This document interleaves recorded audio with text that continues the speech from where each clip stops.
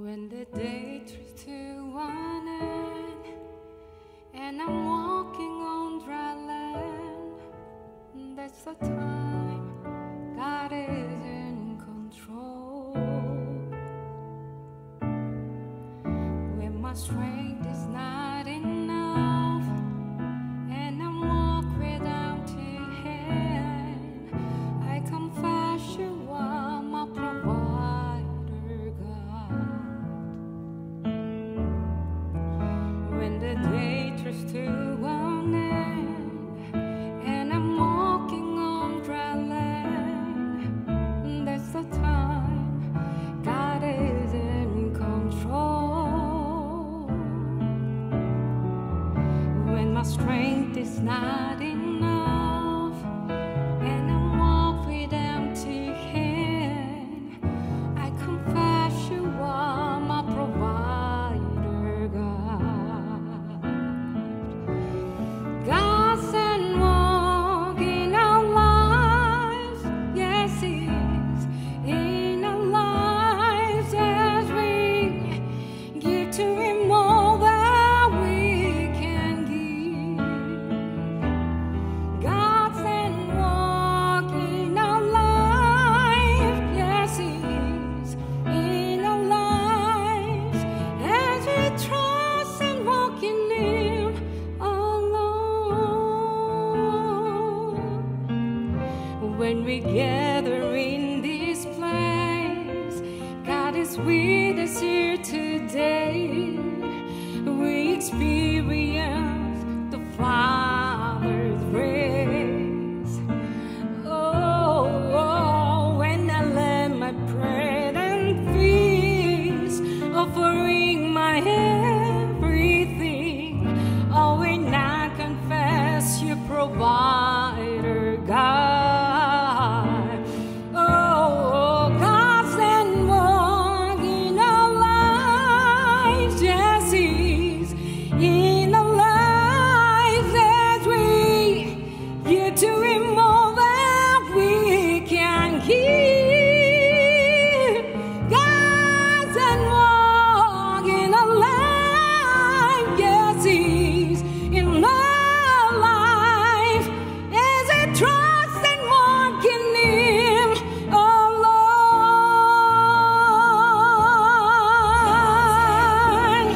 God send walk,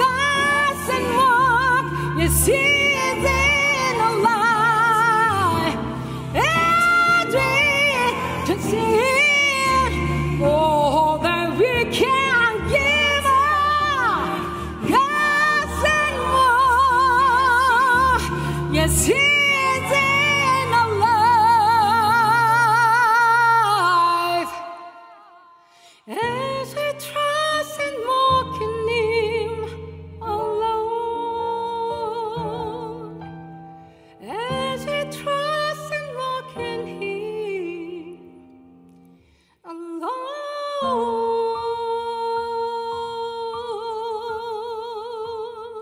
Amen.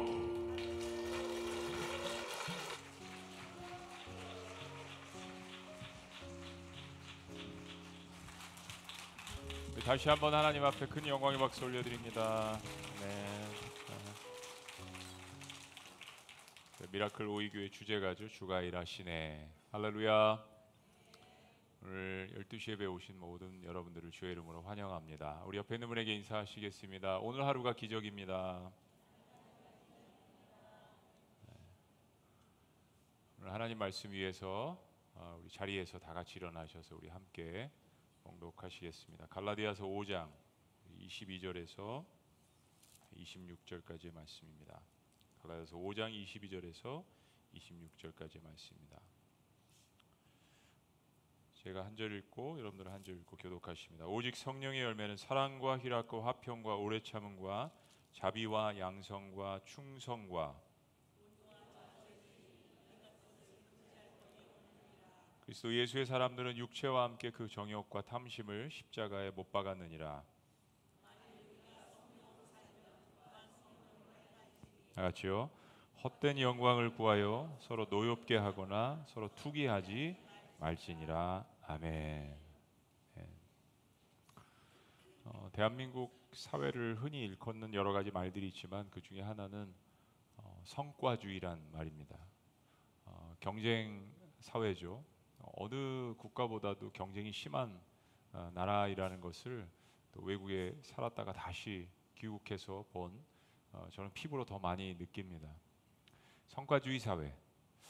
또 한 가지는 거기에 우리만이 갖고 있는 독특한 또 한 가지 문화가 있는데 그게 뭐냐면은 유교 문화 속에서 우리가 shame culture, 이거는 체면 문화가 우리의 삶 가운데 있다라는 이야기입니다. 이 성과주의 사회와 체면 문화를 강조하는 두 가지가 함께 만나면 어떤 일이 일어나냐면 직장이나 학교나 우리의 사회 속에서 성과를 내지 못하면 그것을 부끄럽게 여기고 정죄하고 낙오자나 실패자로 낙인을 찍고 나 스스로도 그렇게 생각하는 그런 문화가 어느 때보다도 팽배해 있습니다. 이건 너무 좋지 않은 문화죠. 우리 자녀들에게 이것을 계속 물려줄 수는 없습니다. 대한민국이 OECD 국가 중에서 OECD 국가라 하면 좀 선진 국가들이 모여 있는 그 단체를 이야기합니다. OECD 국가 중에서 대한민국은 자살률이 1위입니다.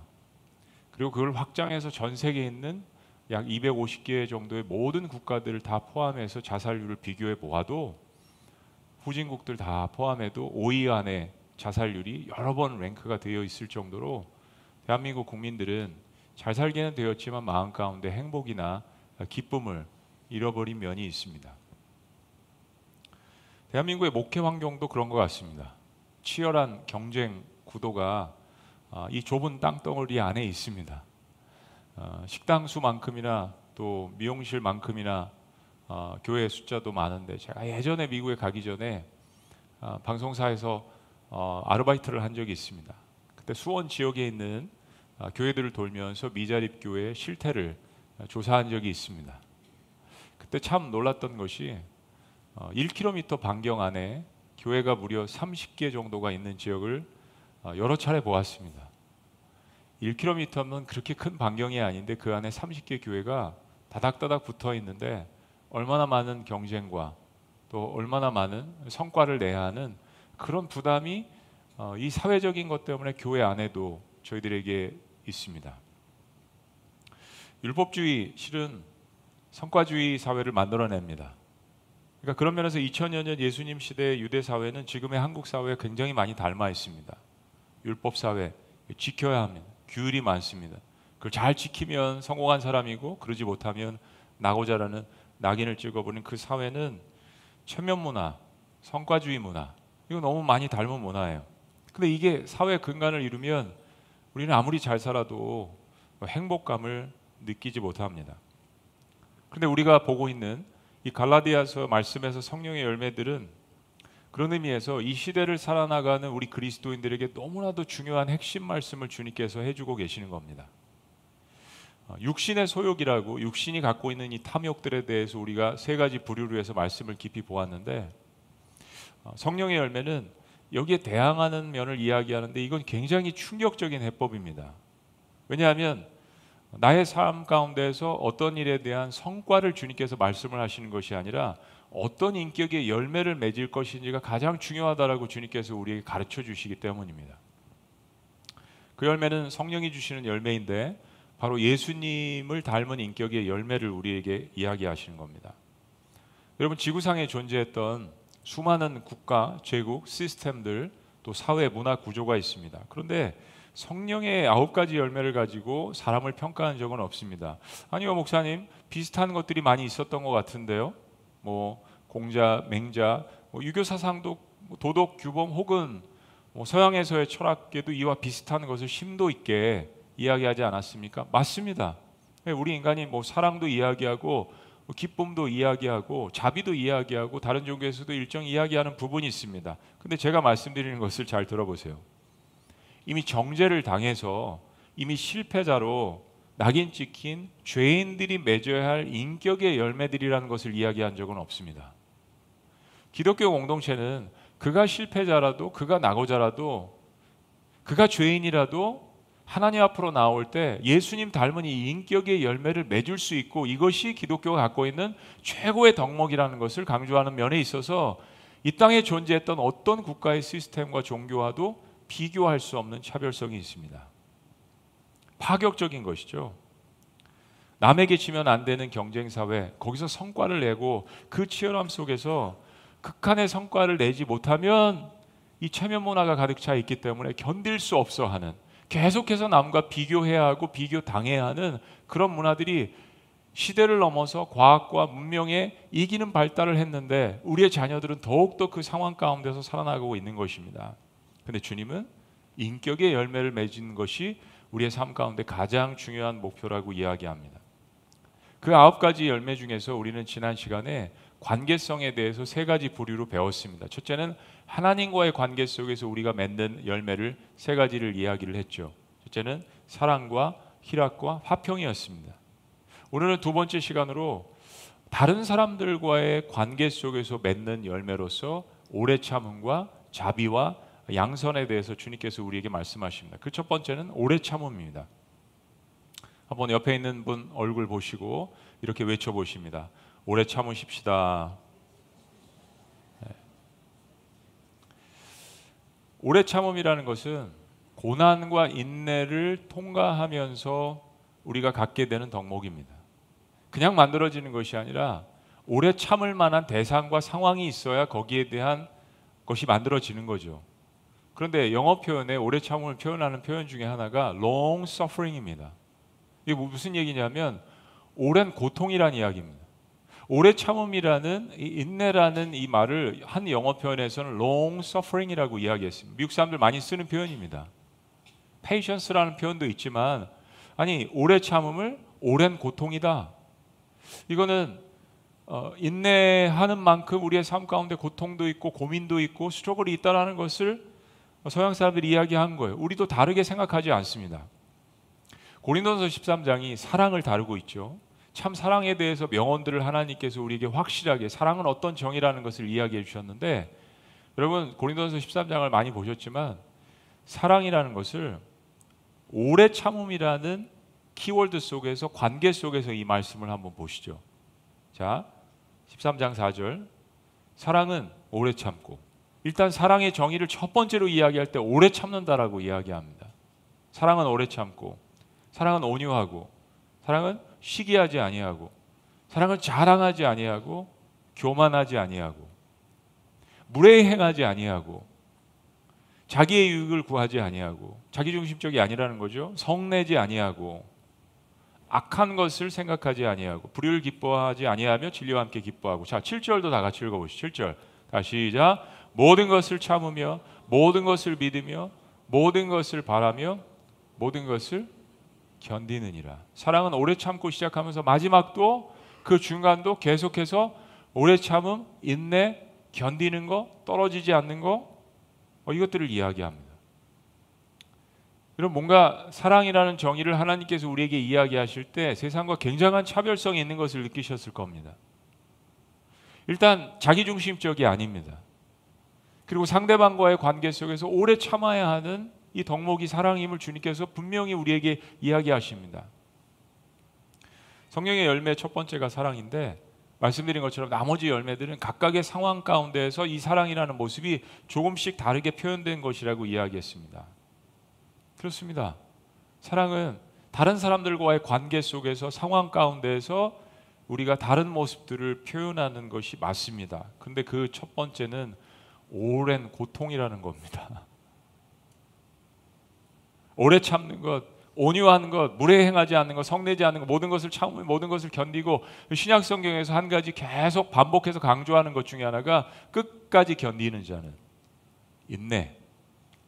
하나님에 대한 것, 사람들에 대한 것, 상황에 대한 것, 상당 부분 사랑이 오래 참음과 관련이 있다라고 이야기합니다. 세상의 사랑은 그런 거죠. 즉각적인 거, 자극적인 거, 빨리 내가 마음 가운데 만족을 얻는 열매를 맺기 원하는 사랑을 세상은 이야기하는데, 성경은 정반대로 오랜 시간이 걸려서 정말 오래된 숙성된 그런 우정을 나눌 수 있는 것을 우리에게 이야기합니다. long suffering, 오랜 고통. 성경의 고난 가운데 인내한 수많은 인물들을 저도 지난 1년 동안 더 집중적으로 많이 보게 되더라고요. 광야에 있을 때는 여러분들이 성경을 펴면서 위로받고 싶어서, 그리고 나와 비슷한 상황이 있나 인물들을 찾아봅니다. 단연 그 고난의 길을 걸었던 인물 가운데 우리가 떠올리는 인물은 욥입니다. 욥은 당대 의인이었습니다. 이게 무슨 이야기냐면 의인에게도 고난이 닥친다는 이야기입니다. 그러니까 어떤 사람에게 고난이 닥쳤을 때 함부로 평가하지 말라는 이야기입니다. 하루아침에 모든 것을 다 잃었습니다. 사탄의 어큐제이션, 정죄는 이것이었습니다. 하나님, 욥이요, 하나님께서 이만큼 축복을 해주시기 때문에 그것 때문에 하나님을 경배하고 예배하는 겁니다. 만약에 그게 없으면 하나님을 떠나고 하나님을 경배하고 예배하지 않을 것입니다. 근데 하나님은 아니라고 말씀하셨습니다. 내 종 욥은 그렇지 않다라고 이야기하시죠. 그리고 하나님께서 욥에 대한 신뢰를 보이시면서 그 고난 당함을 욥의 삶 가운데 허락을 하십니다. 우리가 참 받아들이기 힘든 부분입니다. 근데 어쨌든 사건은 벌어졌습니다. 그가 가졌던 축복들, 모든 재산들, 모든 자녀들, 건강 다 잃어버렸습니다. 오죽하면 그 아내가 하나님을 저주하고 죽으라 라고까지 이야기했겠습니까? 우리가 고난당할 때는 욥기를 보면 꿀송이처럼 달아요. 속 시원하기도 하고. 근데 의인이라는 명예도 잃어버릴 때는 어떻습니까? 하나님께 항변하고 따지고 신앙도 잃어버린 듯한 정말 욥이 신앙을 가졌었나라고 생각될 정도로 우리는 욥기를 읽으면서, 여러분 욥기를 읽으면서 가장 힘든 면 중에 하나가, 욥에게 있어서 힘든 면 중에 하나는 욥의 친구들입니다. 그래도 괜찮은 친구들이요, 7일 동안 밤낮으로 욥에게 와서 세 친구가 울어줬습니다. 이런 친구도 없어요. 실은 가깝다란 이야기죠. 근데 딱 7일이 지나니까 욥을 정죄하기 시작합니다. 너 실은 잘 살펴봐. 이런 면이 있었기 때문에, 네가 뭘 잘못했기 때문에, 네가 여태까지 가식적으로 신앙생활을 했기 때문에 그래서 이런 일이 벌어진 거 아니야? 그리고 강도가 시간이 지나면서 계속 세집니다. 여러분 욥기서의 절반 이상은 그 친구들의 어큐제이션, 정죄입니다. 욥에게 쏟아부는 악평입니다. 의인이었는데, 하나님은 그를 신뢰했는데 누구도 모르는 그림이잖아. 욥도 몰랐습니다. 이걸 어떻게 견디겠어요? 근데 욥도 인내하지 않고 친구들에게 자기도 막 악평을, 불평을 막 쏟아붓고 살아야 되니까 막 이야기합니다. 여러분 욥기가 42장인데요. 3장부터 37장까지가 무려 그 이야기들입니다. 전에는 정말 욥기서를 보면 설교하기도 힘들고 어떤 때는 회피하고 싶고, 난 고통 가운데 있지 않는데 내가 꼭 이걸 봐야 되나? 근데 여러분 고난 가운데 있는 분들은 욥기서를 많이 봅니다. 시편을 많이 봅니다. 요셉의 이야기를 많이 봅니다. 다윗의 이야기를 많이 봅니다. 하나님께서 이유가 있어서 쓰게 하신 거죠. 하나님은 딱 1장과 2장에만 나타나셨다가 욥이랑 친구들이랑 막 엄청 싸우고 서로 부딪히고, 그리고 하나님은 38장에 나타나셔서 마무리하시고 결론만 이야기하십니다. 욥에게 힘들었던 것이 하나님의 부재였습니다. 하나님의 침묵, 하나님의 부재라기보다, 욥은 그렇게 느꼈지만 하나님은 계속 옆에 계셨지만 계속 침묵하시는 이 부분이 너무 힘들었어요. 길었습니다. 욥의 침묵, 하나님의 침묵. 그런데 하나님은 마지막에 나타나셔서 욥의 그 믿음의 연약함을 야단치시면서도 그를 다시 세우십니다. 그리고 욥을 정죄했던 그 친구들의 교만함을 하나님께서 판단하시고 정죄하십니다. 너희들 잘못했다라고. 그리고 그들의 죄를 용서하는데, 잘 보시면 욥을 통하여서 용서하십니다. 욥을 통하여서. 놀라운 일입니다. 그 욥을 후대에 야고보서 기자가 이렇게 평가를 합니다. 5장 11절 말씀. 보라, 인내하는 자를 우리가 복되다 하나니 너희가 욥의 인내를 들었고. 욥의 인내를 듣지 않았느냐? 욥을 평가하실 때 인내, long suffering, 고통, 참는 거, 주께서 주신 결말을 보았거니와 반드시 하나님께서 믿음으로 간 그 여정 가운데 이 결말을 주신다라는 거예요. 왜요? 그는 주는 자비하시고 긍휼히 여기시는 이시라. 그렇습니다. 욥기를 읽어보면 인간적으로도 하나님 앞에 막 따지고 불평하고 항변하고 하나님을 안 믿는 것 같은 그런 느낌도 사실 우리가 받을 때도 있고, 그리고 하나님의 그 속마음을, 욥을 사랑하고 욥에 대한 자신감, 하나님도 우리에 대한 믿음을 갖고 계시고 내 종 욥은 그렇지 않아, 견딜 거야. 그렇지만 그 하나님의 속마음을 몰랐던 욥의 그 불평, 그런 것들에 대해서 하나님이 야단치십니다. 야단도 맞아요. 폭풍 가운데 임재하셔서 누가 이 별들을 만들었느냐, 누가 삼라만상을 만들었어, 누가 인생을 만들었느냐, 이 모든 것들의 주관자가 내가 아니냐라고 하나님께서 말씀을 하시죠. 너는 대장부처럼 허리를 동이고 좀 담대해라 욥아, 이렇게 또 말씀하시죠. 근데 하나님은 결국 욥이 인내했다라고 평가해 주십니다. 저는 이 부분이 놀라워요. 아니 욥이 언제 인내했지? 이렇게 불평을 쏟아냈는데, 근데 하나님은 욥이 인내했대요. 이게 굉장히 마음 가운데 감동도 주고 어리둥절할 때도 있고 그렇잖아요 여러분. 난 잘못했는데, 난 제대로 산 게 아닌 것 같은데, 근데 너 잘했다, 너 인내했어, 잘 통곡했어, 잘 울었어, 시험을 통과했어. 우리가 때로 어리둥절할 때가 있습니다. 근데 지금 하나님께서 욥을 그렇게 세우십니다. 후대 기자도 욥의 인내를 들었거니와 이 하나님의 평가는 분명합니다. 여러분 왜 그렇다라고 생각하십니까? 여러분 고난 가운데에는 말씀이 그냥 다가오지 않습니다. 고난 가운데에는 마치 반석을 깨고 그 반석 깊은 곳에서 하나님께서 그 말씀을 나의 삶 가운데 주시는 것 같아요. 그게 내 말씀이 되는 겁니다. 사랑하는 여러분, 욥이 그렇게 불평도 하고 하나님 앞에 따지고 항변도 했지만 욥은 하나님을 떠나진 않았습니다. 하나님 좌에도 안 계신 것 같고 우에도 안 계신 것 같고 사방이 막 우겨쌈을 당한 것 같고 그의 고통은 토로했지만 그 모든 고통을 토로하는 주체는 하나님이셨습니다. 다윗도 마찬가지였습니다. 하나님을 떠나지 않았어요. 계속 하나님 앞에 기도한 겁니다. 통곡한 거예요. 하나님께서 욥을 정죄한 친구들도 용서하신 이유는 물론 욥이 용서해야 했습니다. 그들이 욥을 떠나지 않고 곁에 있었기 때문이 아닌가, 제 스스로 한번 그렇게 생각을 해봤습니다. 그리고 욥을 통하여서 화목 제물을 드리게 하시고 욥을 통해서 하나님께서 그 친구들을 용서하게 하세요. 그러니까 이 세 친구들은 욥이 아니면 용서함을 받을 수 없는 상황을 하나님께서 만들어 버리셨습니다. 그만큼 욥의 인내를 하나님께서 칭찬하셨던 거예요.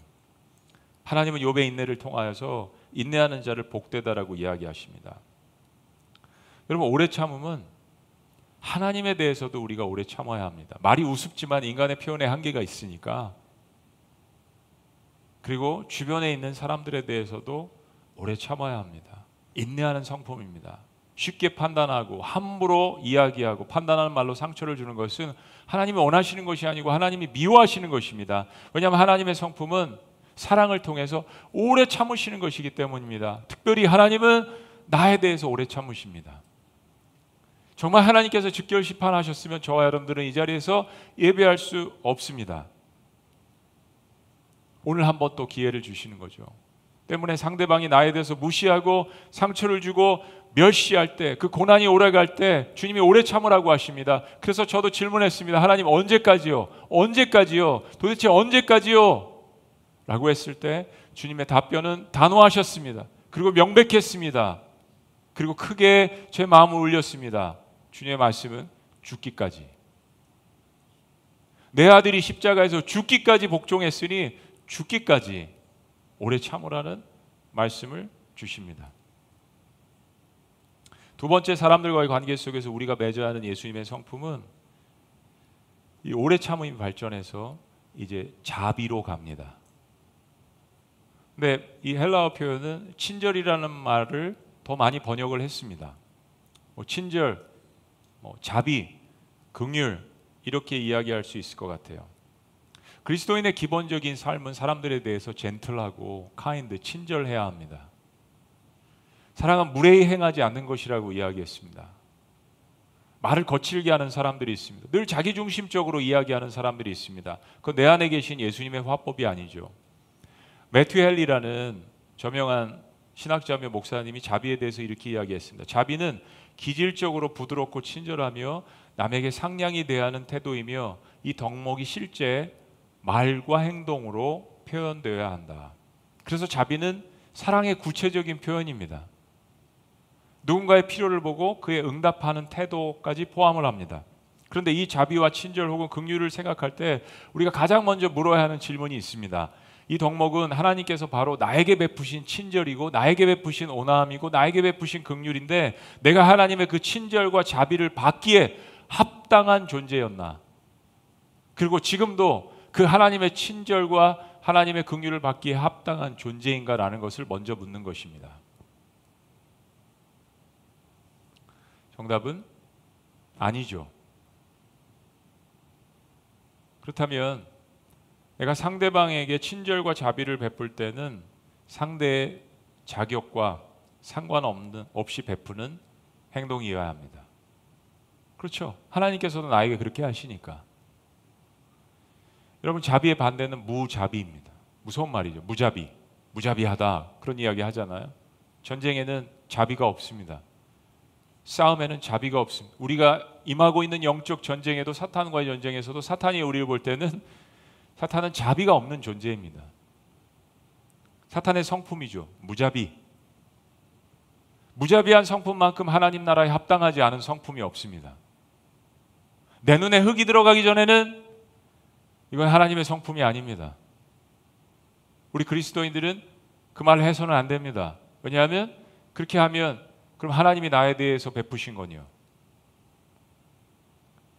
에베소 4장 32절이 우리에게 하나님께서 자비를 요구하시는 이유에 대해서 이야기합니다.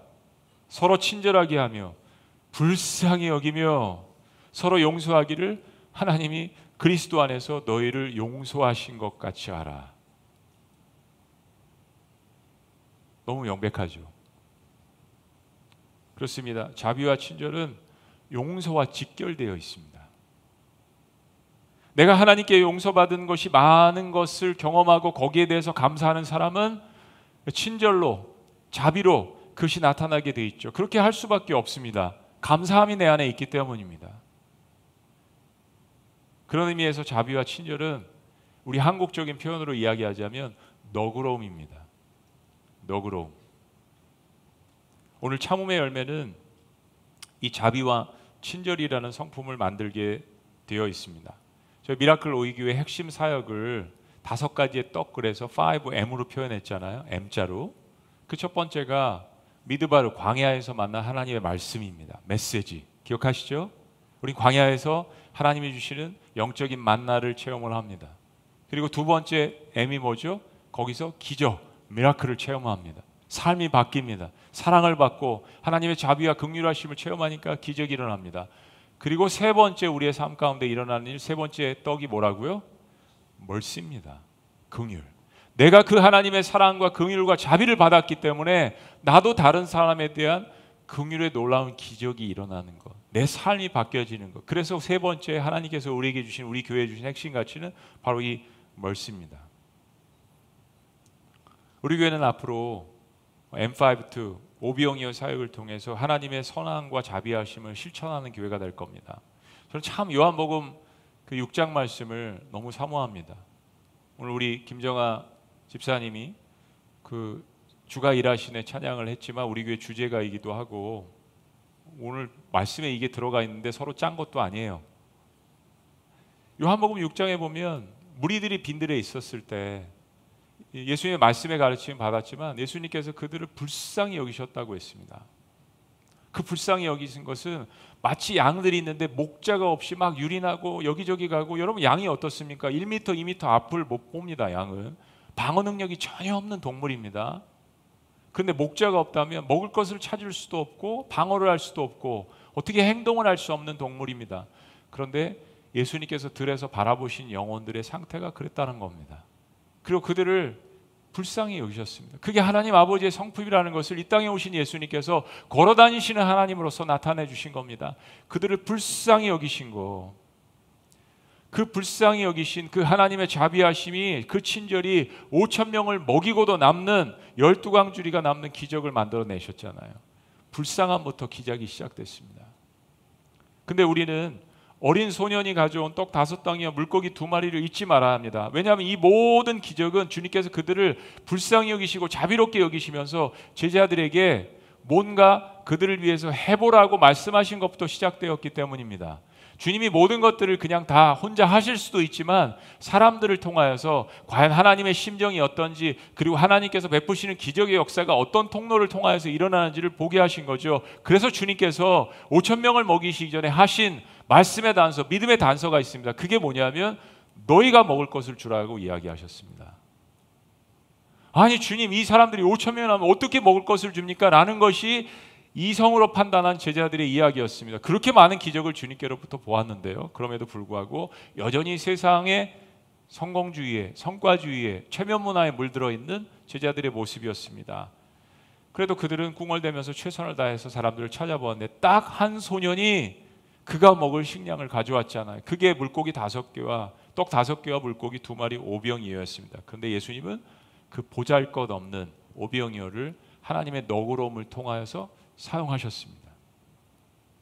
이름도 기록되어 있지 않은 오병이어를 드린 그 소년의 마음에도 너그러움이 있었습니다. 자비가 있었습니다. 과연 이걸 갖고 무슨 일을 할 수 있을까라는 생각보다는 내가 말씀을 들은 저분이라면, 저분은 하나님의 아들이신 것 같은데 저분 손에 이 오병이어가 주어진다면 분명히 무엇인가 놀라운 기적을 일으키실 거야 라는 믿음이 이 소년에게 있지 않았겠습니까?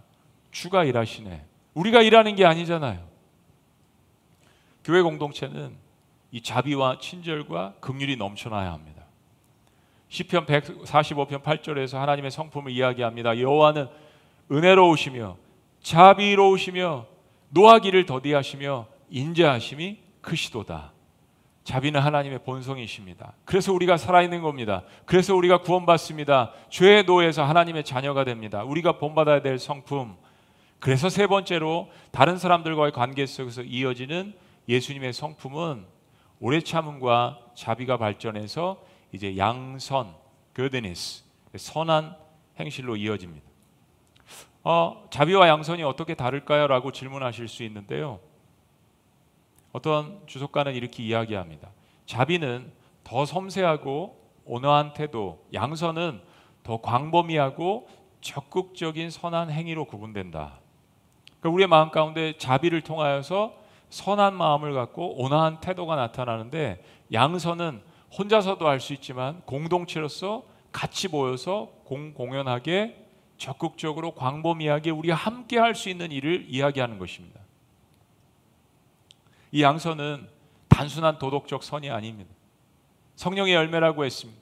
이 성령 안에서 실제로 우리의 삶 가운데 행해지는 선한 열매와 선한 행위와 관계가 있는 것입니다. 예수님께서 이 땅에 오셔서 딱 3년을 사역을 하셨는데, 예수님께서 행하신 그 3년의 사역들을 몇 가지로 이렇게 구분을 할 수 있는데, 크게 2가지로 구분을 한번 해본다면, 그 첫째는 가르치는 사역을 하셨습니다. 하나님 나라에 대해서 이런 것이라는 것을 많은 사람들에게, 그리고 더 집중적으로 12 제자들에게 주님께서 시간을 할애하셨죠. 가르치고 제자 삼고 너희도 나와 같이 할 수 있어 라고 격려하셨습니다. 그리고 2번째는 주님께서 치료 사역을 하셨습니다. 치유 사역을 하셨습니다. 오병이어의 기적과 더불어서 7병이어의 기적도 있죠. 그러니까 이 사람들을 먹이신 것만 2번이 크게 기록되어 있는데, 아마 그거 말고도 주님께서 여러 가지 이런 기적들을, 육신의 배고픔도 채우시는 기적들을 많이 행하신 것 같아요. 그리고 육신의 질병 걸린 자들을 주님께서 간절히 치료해 주셨어요. 밤이 새도록 주님께서 치료하시면서 또 밤이 새도록 기도도 하시면서 그 사람들을 긍휼히 여기시는 이 사역을 하셨습니다. 거러사의 광인, 군대 귀신 들린 사람들이 터부시하고 버려지고 무덤 사이에서 정말 통곡하는 그 신음소리를 내는 버려진 사람들을 주님께서 찾아가셔서 그들을 치료하시는 그 모습, 그 하나님 아버지의 자비하심을 나타내지 않습니까? 어떠한 형편에 있든지 어떠한 죄인이든지 찾아가셔서 가늠하다 현장에서 붙잡힌 여인을 주님께서 치료하시고, 나도 너를 정죄치 아니하노니 정죄하지 말라라는 그 말씀을 하신 그 주님의 마음은 바로 이 세상을 다스리시고 용서하시는 하나님 아버지의 그 자비하심을 대변하는 것이 아니겠습니까? 시편 100편 5절은 하나님을 이렇게 찬양합니다. 우리가 예배 처음에 들어갈 때 선포하죠. 저는 시편 100편 말씀을 참 사모합니다. 여호와는 선하시니 그 인자하심이 영원하고 그의 성실하심이 대대. 이 하나님을 찬양하고 경배하는 모든 사람들에게 그 다음 자손에게 그 다음 자손에게 그 하나님의 성실하심이 대대 이리로다. 그래서 저는 오늘 마지막 결론으로 실천적인 방법을 두 가지를 제시하기를 원합니다. 첫째는 사람들을 긍휼히 여기고 우리가 친절을 베푸는데 여러 가지 방법들이 있겠지만 그것들을 행함과 동시에 그 사람들에게 다가가서 친절과 자비를 베푸는 최고의 행동이 무엇일까요? 사랑하는 여러분, 그 최고의 행동은 깊이 고민해 보시면 바로 복음을 증거하는 것입니다. 어떠한 영혼도 영원토록 친절과 자비와 긍휼을 이 땅에서 받을 수는 없습니다. 시간이 되면 가야 하는 존재입니다. 그럼 그 영혼이 받을 수 있는 최고의 존중, 최고의 친절, 최고의 자비는 그것이 영원토록 이어질 수 있도록 그들에게 영원히 사는 방법, 그 십자가의 복음을 증거하는 것입니다. 우리가 11월 7일부터 9일까지 창립 기념을 대내외적으로 선포를 했고 저희가 이제 부흥회를 합니다. 이름을 이렇게 정했어요. 미라클 새생명 축제. 한번 따라 보시죠. 미라클 새생명 축제. 우리 교회 이름은 미라클이잖아. 이거 너무 좋은 제목인 것 같아요. 미라클. 그래서 그 타이틀은 이렇습니다. 주님을 만나면 기적이 일어납니다. 주님을 만나면 기적이 일어납니다. 7일 금요일 날은 8시. 여러분들 직장 다니시기 때문에 7시가 아니라 8시로 했습니다. 직장 다니시는 분들 다 오셔야 돼요. 그리고 토요일은 7시. 이 양 두 밤에 저녁 집회에 유기성 목사님께서 선한목자교회 원로 목사님이신 유기성 목사님께서 수고해 주십니다. 그리고 주일은 10시는 섬기는 사람들 예배고 주일 12시에 여러분 초청하시고 제가 말씀을 증거합니다. 그리고 주일 오후 3시에는 우리 오늘 특송을 한 우리 김정아 자매님이 1시간 동안 찬양 콘서트를 하게 됩니다. 거기에는 건전 가요도 있고 또 안 믿는 사람들에게 다가갈 수 있는 그러한 1시간 축제를 하고 제가 또 구원 초청을 합니다. 오늘 여러분들에게 이제 나가실 때 들어오실 때 받으신 분도 있겠지만 주보 말고 초청 대상자의 이름을 적어내는 VIP 카드를 여러분들에게 드립니다. 한쪽에는 여러분들이 써서 여러분들이 쓰는 거고 여러분이 갖고 계시는 거고 한쪽에는 써서 교회에 제출하시면 중보기도팀에서도 기도하고 또 저희들 예수마을 공동체 소그룹 모임에서 함께 그 명단을 가지고 기도합니다. 저는 이렇게 권면하고 싶어요. 목사님, 저는 전도할 사람이 한 명밖에 없는 것 같은데요. 잘 생각해 보세요. 여러분 주변에 하나님께서 보내주신 여러분에게 붙여주신 사람들이 있습니다. 10명 썼는데 목사님 1명 오면 어떻게 해요? 괜찮습니다. 그건 하나님께서 하실 겁니다. 10명 적어서 1명 와도 괜찮습니다. 가능한 한 많이 적으십시오. 그리고 한 달 동안 그 영혼들을 위해서 집중적으로 기도하는 겁니다. 왜냐하면 그 영혼들이 기도받을 시간이 필요합니다. 관심받을 시간이 필요합니다. 누군가의 사랑을 받을 시간이 필요합니다. 혹시 오지 않더라도 또 그건 하나님께서 시간의 주인이시니까 다음 기회에 하실 수 있지만 우리의 역할은 그 모든 사람들의 명단을 적어서 하나님 앞에 올려드리는 겁니다. 그리고 개인적으로 중보기도팀에서 공동체로서 함께 합심해서 그들의 이름을 목 놓아 부르짖고 하나님 앞에 올려드릴 때 하나님께서 어떤 기적을 행하시는지 오병이의 마음으로 여러분이 영혼들을 올려서 주님 앞에 드릴 때 주님께서 일하시는 놀라운 역사를 체험하시기를 주의 이름으로 축원합니다. 다음 주에 저희 이 지역 주변에 전도를 나갈 것입니다. 오후 3시에 여러분들과 함께 주변의 이 지역사회, 왜냐하면 우리가 여기 있기 때문에 이 GSIS도 저희들이 매주 기도하지만 우리 중보기도의 제목의 첫 번째잖아요.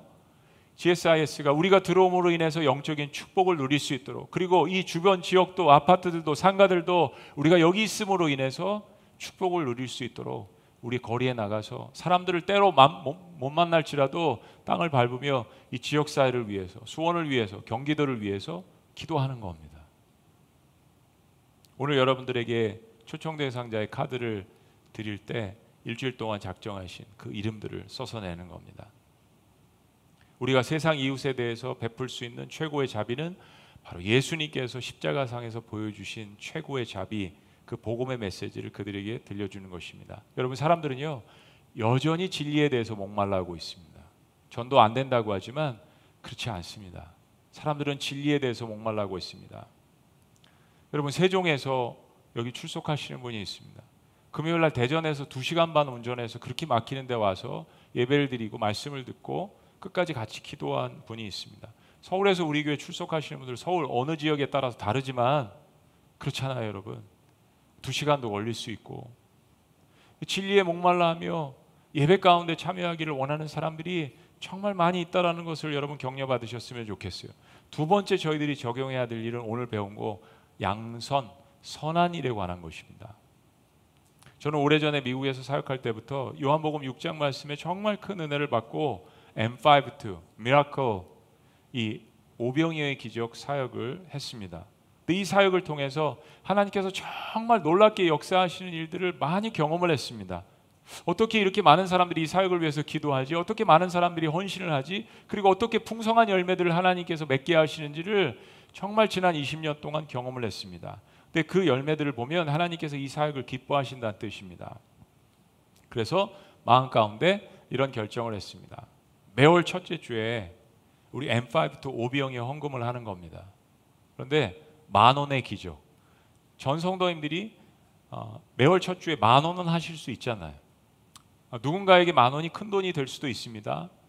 그거는 뭐 여러분들이 알아서 하시고 10,000원 이상 하실 수도 있고, 그러나 10,000원의 기적. 하나님 앞에 기도하는 마음으로 이걸 드려서 미자립교회 목사님들, 사모님들, 혹은 그들의 자녀들, 우리 선교사님들, 그리고 긍휼과 자비가 필요한 곳에 이 오병이의 사역을 통하여서 이 헌금을 통하여서 매월 첫째 주에 하나님 앞에 드리는 것입니다. 10,000원의 기적이라고 부르고 싶습니다. 오병이의 기적도 그렇게 시작되었기 때문입니다. 전교인이 10,000원 이상을 드리는 것, 오병이어가 하나님 앞에 이 드림이 마중물이 된다면 하나님께서 놀랍게 우리를 축복해 주실 것을 믿습니다.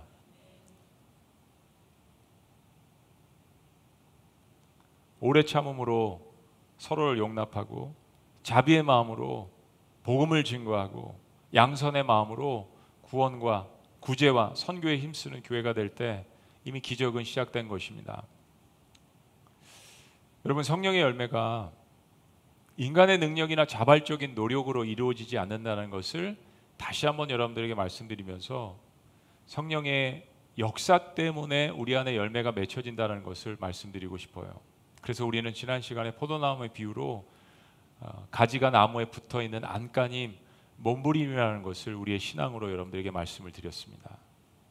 그런데 사랑하는 여러분, 다시 한번 강조하지만 성령의 열매는 예수님을 사랑해야 맺혀지는 것입니다. 거기에 중심이 있습니다. 예수님을 사랑하십니까? 예수님을 사모하십니까?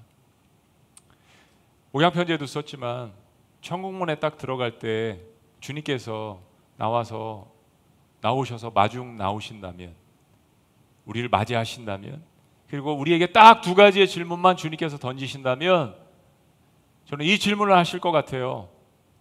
내가 그 땅에 살면서, 지상에 살면서 생명을 가졌을 때 얼마나 나를 예배하고 사랑하다 왔느냐. 성경에서 뽑아낸 겁니다. 내가 나를 사랑하느냐라고 주님께서 베드로에게 물으셨기 때문에. 그리고 두 번째는 이 질문을 반드시 하실 것 같아요. 내가 그 땅에 살면서 내 주변에 보내준 사람들을 얼마나 사랑하다 왔느냐. 왜냐하면 두 번째 예수님께서 베드로에게 하신 말씀이 내 양을 먹이라 라는 것이었거든요.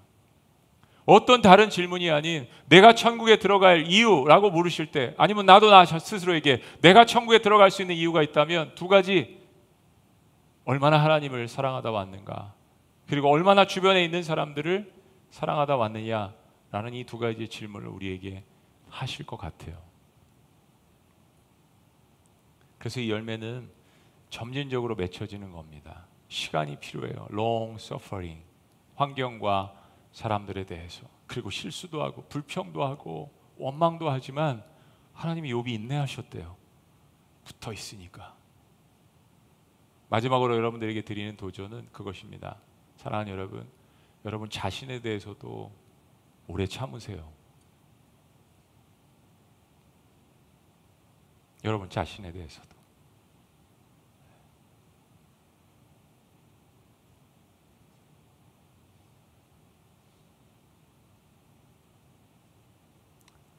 기도하시겠습니다.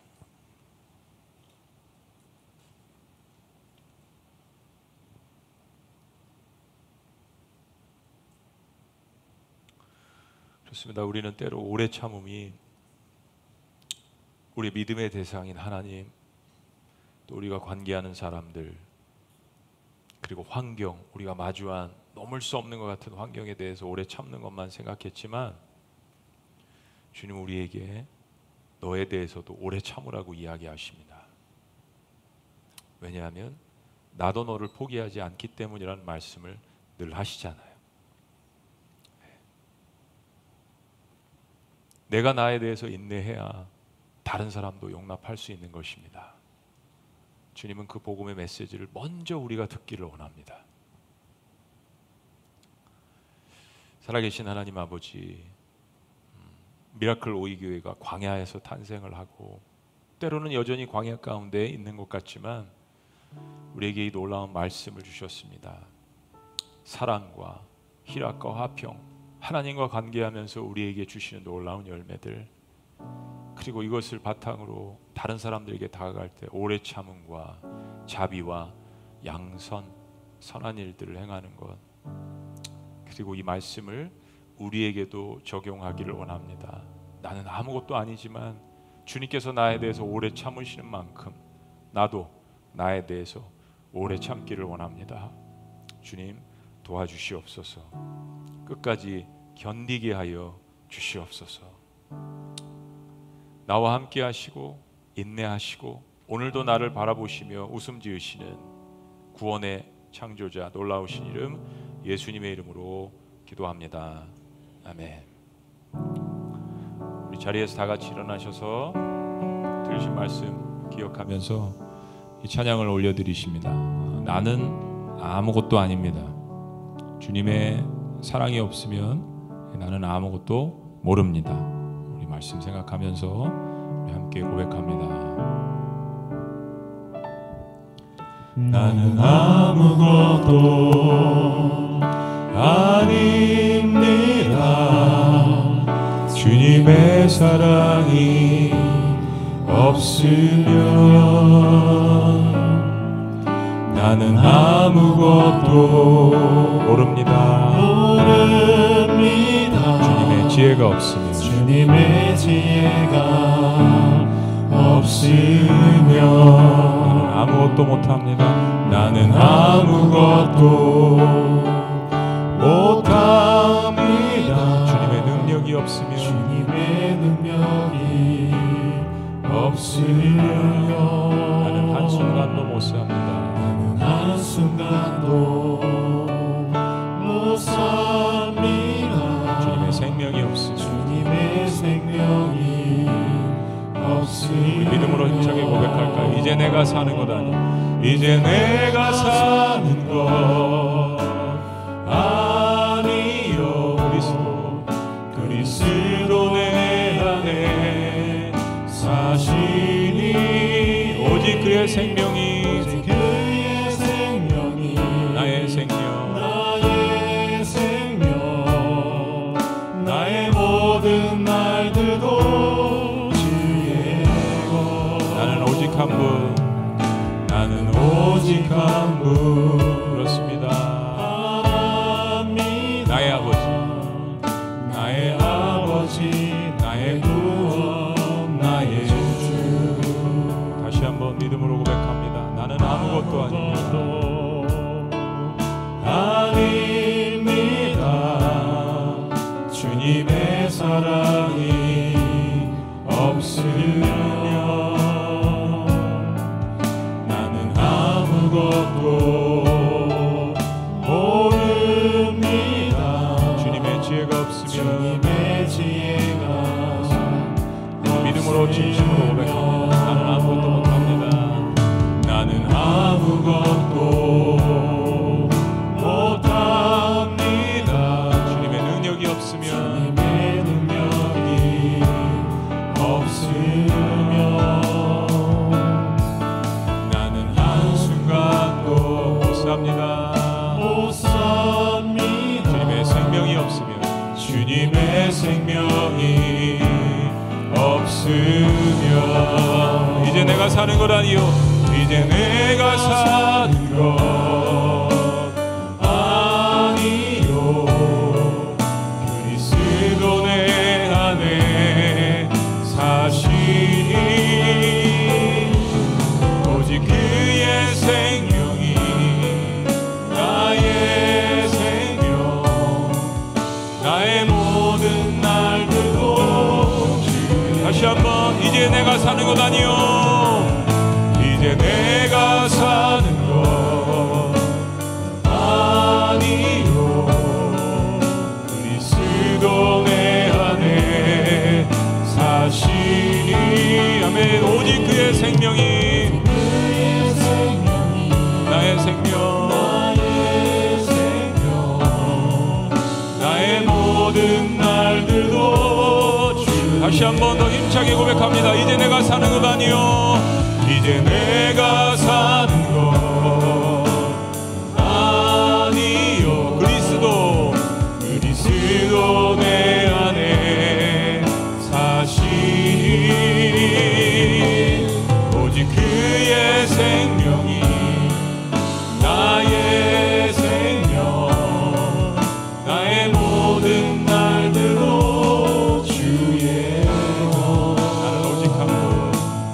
나는 오직 한 분 바랍니다. 나의 아버지 나의 구원 나의 주주 나는 오직 한 분 바랍니다. 나는 오직 한 분 바랍니다. 나의 아버지 나의 구원 나의 주주 다시 한번 마지막으로 고백합니다. 나는 오직 한 분 바랍니다. 나의 아버지 나의 구원 나의 주주. 우리 한 1분 정도 여러분들 기도했으면 좋겠습니다. 나에 대해서 오래 참기를 원하는 마음으로, 그리고 하나님에 대해서도 오래 참고 상대방에 대해서 오래 참으며 하나님이 주신 나에게 주신 이 자비와 이 긍휼과 양선을 베풀기를 원합니다. 제가 가진 것 오병이어밖에 없지만 저 인생을 사용하여 주시옵소서. 그럼 그 고백을 하나님이 기다리고 계십니다. 그리고 여러분 인생을 사용하시기를 원합니다. 멋진 고백을 하나님 앞에 오늘 올려드리셨으면 좋겠습니다. 우리 한 1분 정도 이 찬양 기억하시며 말씀 기억하시며 기도하십니다. 살아계신 하나님, 창조주 하나님, 나의 아버지 하나님, 나의 주님, 아무것도 할 수 없는 존재를 주님께서 부르셔서 예배의 자리로, 섬김의 자리로, 주님을 찬양하는 자리로 주님께서 불러주신 것 너무나도 감사합니다. 그렇습니다. 주님의 사랑이 없으면, 주님의 능력이 아니면, 주께서 함께 하시지 않으면 한순간도 함께 할 수 없는, 살아갈 수 없는 존재임을 주님 앞에 고백합니다. 이제 내가 사는 것 아니요 그리스도께서 내 안에 사시니 나는 부족하지만 내 일생에 부족한 이 오병이어를 주님 앞에 드리오니 주님 이것을 사용하여 주시옵소서. 내 안에 자비와 긍휼과 양선의 역사가 있게 하여 주시옵소서. 무엇보다도 하나님께서 나에 대해서 오래 참으시니 나도 나를 향하여서 오래 참게 하여 주시고, 환경에 대해서, 사람에 대해서, 하나님에 대해서도 오래 참는 하나님 그러한 성품에 예수 그리스도를 닮는 성품이 주님 안에서 자라갈 수 있도록 주여 인도하여 주시옵소서. 오직 주님만 바라봅니다. 오직 주님만 바라볼 때 열매들이 맺혀질 수 있도록 아버지 인도하여 주시옵소서. 그 몸부림이 내 안에 내 삶에 있게 하여 주시옵소서. 하나님 참으로 감사합니다. 실패자여 죄인이었던 낙오자였던 우리에게 하나님의 아들이신 거룩하신 예수님을 닮아가라고, 이 성품의 열매를 맺을 수 있다라고 우리에게 강권하여 주시며 우리를 격려하시고 우리에게 도전하시고 우리를 위로해 주시는 것 너무나도 감사합니다. 오늘 다시 시작할 수 있는 기회를 주셨으니 이 오래 참음, 이 자비, 이 양선이 우리의 삶 가운데 풍성해질 수 있도록 역사하여 주시옵소서.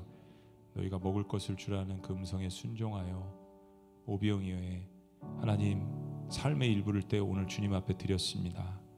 우리의 시간과 물질과 달란트를 사용하여 주셔서 수천 명을 먹이고도 남음이 있는 놀라운 복음의 역사가, 양선의 역사가 곳곳에 일어날 수 있도록 축복하여 주시옵소서. 이제는 우리 주 예수 그리스도의 은혜와 하나님 아버지의 극진하신 사랑과 성령님의 감화교통 역사하심이 오래 참음과 자비와 양선의 선함의 놀라운 역사를 우리에게 부어주시기를 원하시며 우리에게 그 능력을 주시는 그 하나님을 아버지로 바라보고 그분을 예배하고 경배하며 주님 앞에 나아가기를 원하는 미라클 오이교회에 속한 모든 하나님의 백성들과 자녀들 위해 그리고 이 말씀을 듣는 모든 권석들 위해 지금부터 영원토록 함께 하시기를 간절히 축원합나이다. 아멘.